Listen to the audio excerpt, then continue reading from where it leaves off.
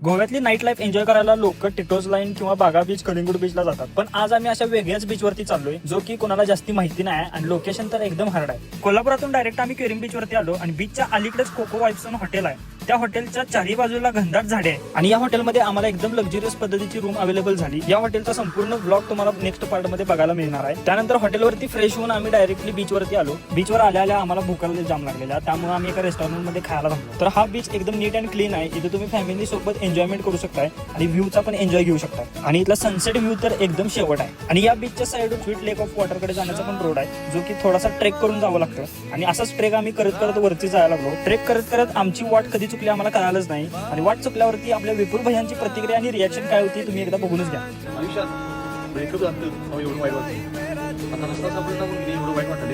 तर मित्रांनो, तुम्हाला हा ब्लॉग कसा वाटला कमेंट करून नक्की सांगा. आणि लवकरच हॉटेलवरती एक नवीन ब्लॉग येतोय, तर तो पण बघायला विसरू नका.